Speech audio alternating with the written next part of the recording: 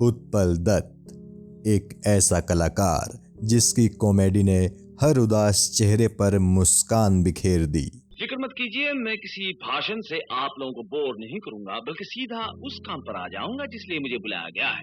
एक ऐसा शानदार इंसान जिसने अपने आसपास के लोगों की जिंदगी संवारने के लिए अपना सब कुछ दांव पर लगा दिया। एक हाथ में छुरा, दूसरे में पिस्तौल।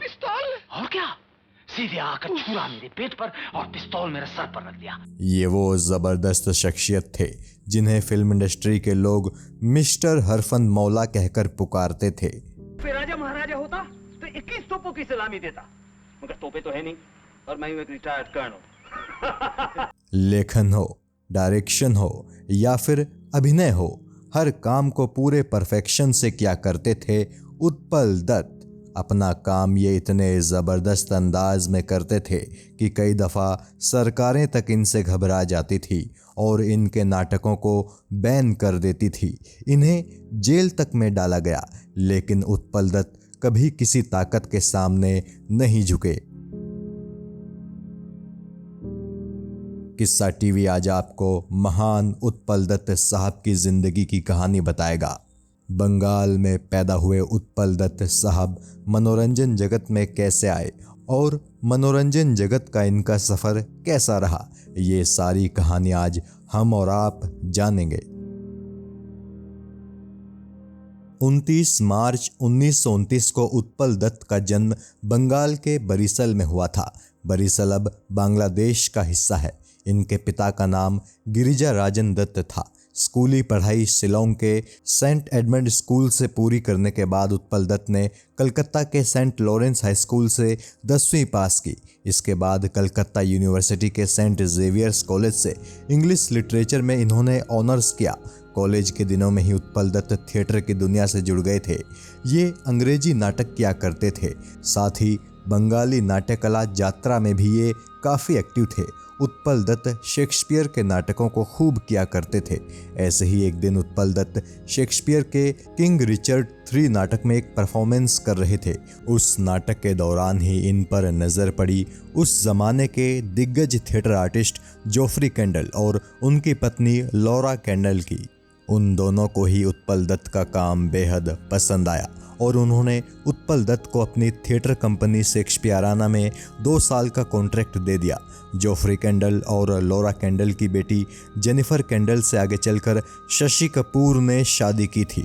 उत्पल दत्त जोफ्री कैंडल की नाटक कंपनी संग जुड़ गए, लेकिन देश आज़ाद होने के बाद जब जोफ्री कैंडल भारत छोड़ वापस इंग्लैंड लौट गए तो उत्पल दत्त ने शेक्सपियराना का नाम बदलकर लिटिल थिएटर ग्रुप रख दिया। अगले 3 साल तक उत्पल दत्त अपनी इस नाटक कंपनी के जरिए दुनिया भर के मशहूर नाटककारों के नाटक परफॉर्म करते रहे और आखिरकार अपने कुछ साथियों के साथ मिलकर उत्पल दत्त ने इंडियन पीपल्स थिएटर एसोसिएशन यानी इप्टा की स्थापना की।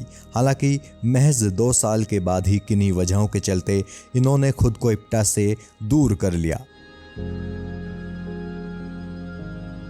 40 के दशक तक उत्पल दत्त केवल थिएटर ही करते रहे। साथ ही कोलकाता के साउथ पॉइंट स्कूल में अंग्रेजी टीचर की हैसियत से ये नौकरी भी करते रहे। यहाँ आपको ये बताना बेहद ज़रूरी है कि उत्पल दत्त मार्क्सवादी विचारधारा से बेहद प्रभावित थे। समाज के दबे कुचले लोगों के प्रति इनमें बेहद संवेदना थी। यही वजह है कि एक वक्त पर सामाजिक उत्थान के लिए इन्होंने थिएटर को एक बेहद सशक्त माध्यम बनाया।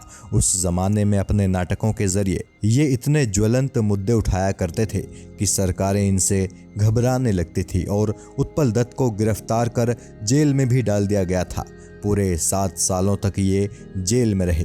जेल में हुए अपने तजुर्बे के बारे में उत्पल दत्त ने एक दफ़ा कहा था कि उन्हें जेल में बिताए अपने हर एक लम्हे से शुरू में नफरत थी, लेकिन बाद में जब जेल में इनकी मुलाकात कई सीनियर मार्क्सवादियों से हुई और उनसे इन्होंने बहुत कुछ सीखा तो जेल जाना इन्हें बेहद काम का अनुभव लगा।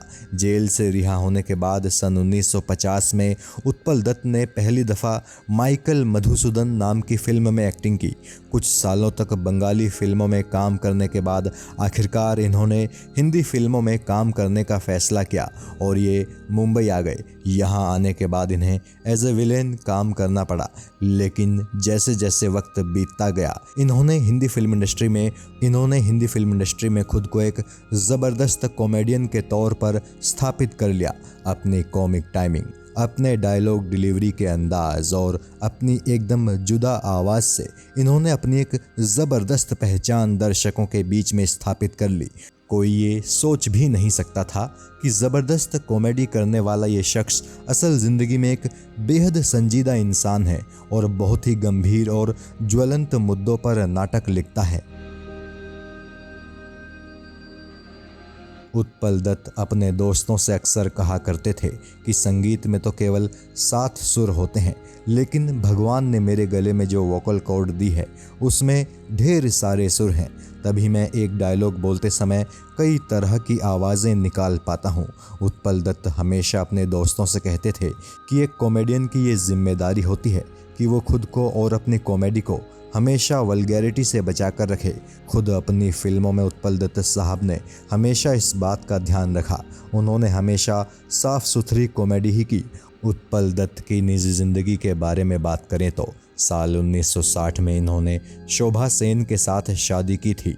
शोभा सेन कई नाटकों और फिल्मों में इनके साथ काम कर चुकी थी। उत्पल दत्त और शोभा सेन की एक ही बेटी है जिनका नाम है विष्णुप्रिया। विष्णुप्रिया दिल्ली की जवाहरलाल यूनिवर्सिटी में थिएटर हिस्ट्री की प्रोफेसर हैं।